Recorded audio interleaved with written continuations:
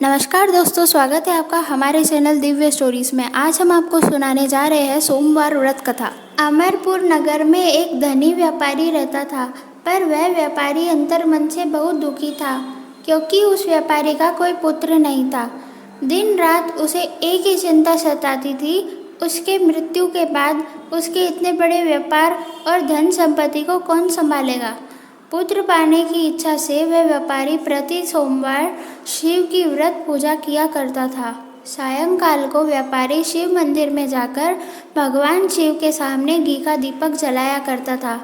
उस व्यापारी की भक्ति देखकर एक दिन पार्वती ने भगवान शिव से कहा, हे प्राणनाथ, यह व्यापारी आपका सच्चा भक्त है। कितने दिनों से यह सोमवार का व्रत और पूजा नियमित कर रहा है। भगवान, आप इस व्यापारी की मनोकामना अवश्य पूर्ण करें। भगवान शिव मुस्कुराते हुए बोले, हे पार्वती, इस संसार में सबको उनके कर्म के अनुसार ही फल की प्राप्ति होती है। प्राणी जैसा कर्म करते हैं उन्हें वैसा ही फल प्राप्त होता है। इसके बावजूद पार्वती जी नहीं मानी। उन्होंने आग्रह करते हुए कहा, नहीं प्राणनाथ, आपको इस व्यापारी की इच्छा पूरी करनी ही पड़ेगी। यह आपका अनन्य भक्त है, प्रति सोमवार आपका विधिवत व्रत रखता है और पूजा अर्चना के बाद आपको भोग लगाकर एक समय भोजन ग्रहण करता है। आपको इसे पुत्र प्राप्ति का वरदान देना ही होगा। पार्वती का इतना आग्रह देखकर भगवान शिव ने कहा, तुम्हारे आग्रह पर मैं इस व्यापारी को पुत्र प्राप्ति का वरदान देता हूँ, लेकिन इसका पुत्र 16 वर्ष से अधिक जीवित नहीं रहेगा। उसी रात भगवान शिव ने स्वप्न में उस व्यापारी को दर्शन देकर उसे पुत्र प्राप्ति का वरदान दिया और उसके पुत्र के 16 वर्ष तक जीवित रहने की बात भी बताई। भगवान के वरदान से व्यापारी को खुशी तो हुई, लेकिन पुत्र की अल्पायु की चिंता ने उस खुशी को नष्ट कर दिया। व्यापारी पहले की तरह सोमवार का विधिवत व्रत करता रहा। कुछ महीने पश्चात उसके घर अति सुंदर पुत्र उत्पन्न हुआ। पुत्र जन्म से व्यापारी के घर में खुशियां भर गई। बहुत धूमधाम से पुत्र जन्म का समारोह मनाया गया। व्यापारी को पुत्र जन्म की अधिक खुशी नहीं हुई, क्योंकि उसे पुत्र की अल्पायु के रहस्य का पता था। यह रहस्य घर में किसी को नहीं मालूम था। विद्वान ब्राह्मणों ने उस पुत्र का नाम अमर रखा। जब अमर 12 वर्ष का हुआ तो शिक्षा के लिए उसे वाराणसी भेजने का निश्चय हुआ। व्यापारी ने अमर के मामा दीपचंद को बुलाया और कहा कि अमर को शिक्षा प्राप्त करने के लिए वाराणसी छोड़ाओ। अमर अपने मामा के साथ शिक्षा प्राप्त करने के लिए चल दिया। रास्ते में जहाँ भी अमर और दीपचंद रात्रि में विश्राम के लिए ठहरते, वहीं यज्ञ करते और ब्राह्मणों को भोजन कराते थे। लंबी यात्रा के बाद अमर और दीपचंद एक नगर में पहुँचे। उस नगर के राजा की कन्या के विवाह की खुशी में पूरे नगर को सजाया गया था। निश्चित समय पर बारात आ गई, लेकिन वर का पिता अपने बेटे के एक आंख से काने होने के भय से बहुत चिंतित था। उसे इस बात का भय सता रहा था कि राजा को इस बात का पता चलने पर कहीं वह विवाह से इनकार ना कर दे, इससे उनकी बदनामी होगी। वर के पिता ने अमर को देखा तो उसके मस्तिष्क में एक विचार आया। उसने सोचा, क्यों ना इस लड़के को दूल्हा बनाकर राजकुमारी से विवाह करा दूं। विवाह के बाद इसको धन दे के विदा कर दूंगा, राजकुमारी को अपने नगर में ले जाऊंगा।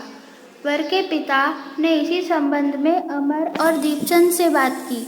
दीपचंद ने धन मिलने के लालच में वर के पिता की बात स्वीकार कर ली।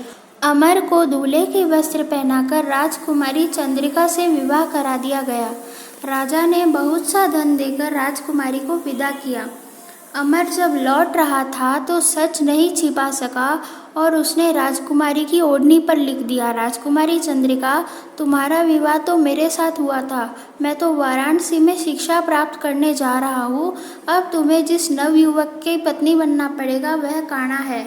जब राजकुमारी ने अपनी ओढ़नी पर लिखा हुआ पढ़ा तो उसने काने लड़के के साथ जाने से इनकार कर दिया। राजा ने सब बातें जानकर राजकुमारी को महल में ही रख लिया। उधर अमर अपने मामा दीपचंद के साथ वाराणसी पहुंच गया। अमर ने गुरुकुल में पढ़ना शुरू कर दिया।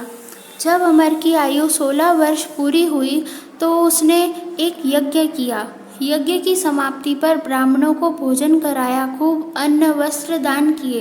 रात को अमर अपने शयन कक्ष में सो गया। शिव के वरदान के अनुसार शयनावस्था में ही अमर के प्राण निकल गए। सूर्योदय पर मामा अमर को मृत देखकर रोने पीटने लगा। आसपास के लोग भी एकत्र होकर दुख प्रकट करने लगे। मामा के रोने विलाप करने के स्वर समीप से गुजरते हुए भगवान शिव और माता पार्वती ने भी सुने। पार्वती जी ने भगवान से कहा, प्राणनाथ, मुझे इनके रोने के स्वर सहन नहीं हो रहे हैं, आप इस व्यक्ति के कष्ट को दूर करें। भगवान शिव ने पार्वती जी के साथ अदृश्य रूप से समीप जाकर अमर को देखा तो पार्वती जी से बोले, पार्वती, यह तो उसी व्यापारी का पुत्र है, मैंने इसे 16 वर्ष की आयु का वरदान दिया था, इसकी आयु पूरी हो गई है। पार्वती जी ने फिर भगवान शिव से निवेदन किया, हे प्राणनाथ, आप इस लड़के को जीवित करें, नहीं तो इसके माता पिता पुत्र की मृत्यु के कारण रो रो कर अपने प्राणों को त्याग देंगे। इस लड़के का पिता तो आपका परम भक्त है, वर्षों से सोमवार का व्रत करते हुए आपको भोग लगा रहा है।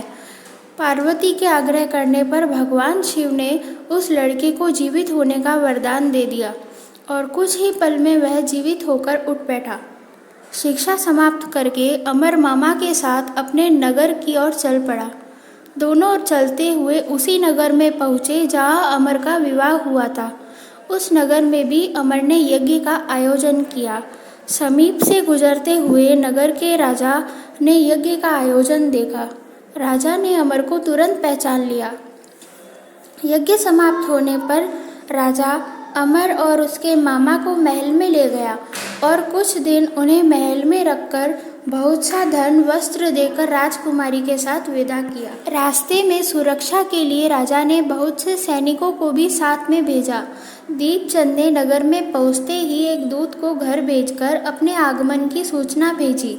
अपने बेटे अमर के जीवित वापस लौटने की सूचना से व्यापारी बहुत प्रसन्न हुआ। व्यापारी ने अपनी पत्नी के साथ खाना पीना बंद कर रखा था। व्यापारी अपनी पत्नी और मित्रों के साथ नगर के द्वार पर पहुंचा। अपने बेटे के विवाह का समाचार सुनकर पुत्र वधू राजकुमारी चंद्रिका को देखकर उसकी खुशी का ठिकाना न रहा। उसी रात भगवान शिव ने व्यापारी के स्वप्न में आकर कहा, हे श्रेष्ठी, मैंने तेरे सोमवार के व्रत करने और व्रत कथा सुनने से प्रसन्न होकर तेरे पुत्र को लंबी आयु प्रदान की है। व्यापारी बहुत प्रसन्न हुआ। सोमवार का व्रत करने से व्यापारी के घर में खुशियां लौट आई। शास्त्रों में लिखा है कि जो स्त्री पुरुष सोमवार का विधिवत व्रत करते और व्रत कथा सुनते हैं, उनकी सभी मनोकामनाएं पूर्ण होती है। तो दोस्तों, ये थी सोमवार व्रत की पवित्र कथा। ऐसी ही दिव्य कथाएं जानने के लिए हमारे चैनल को सब्सक्राइब करें। धन्यवाद।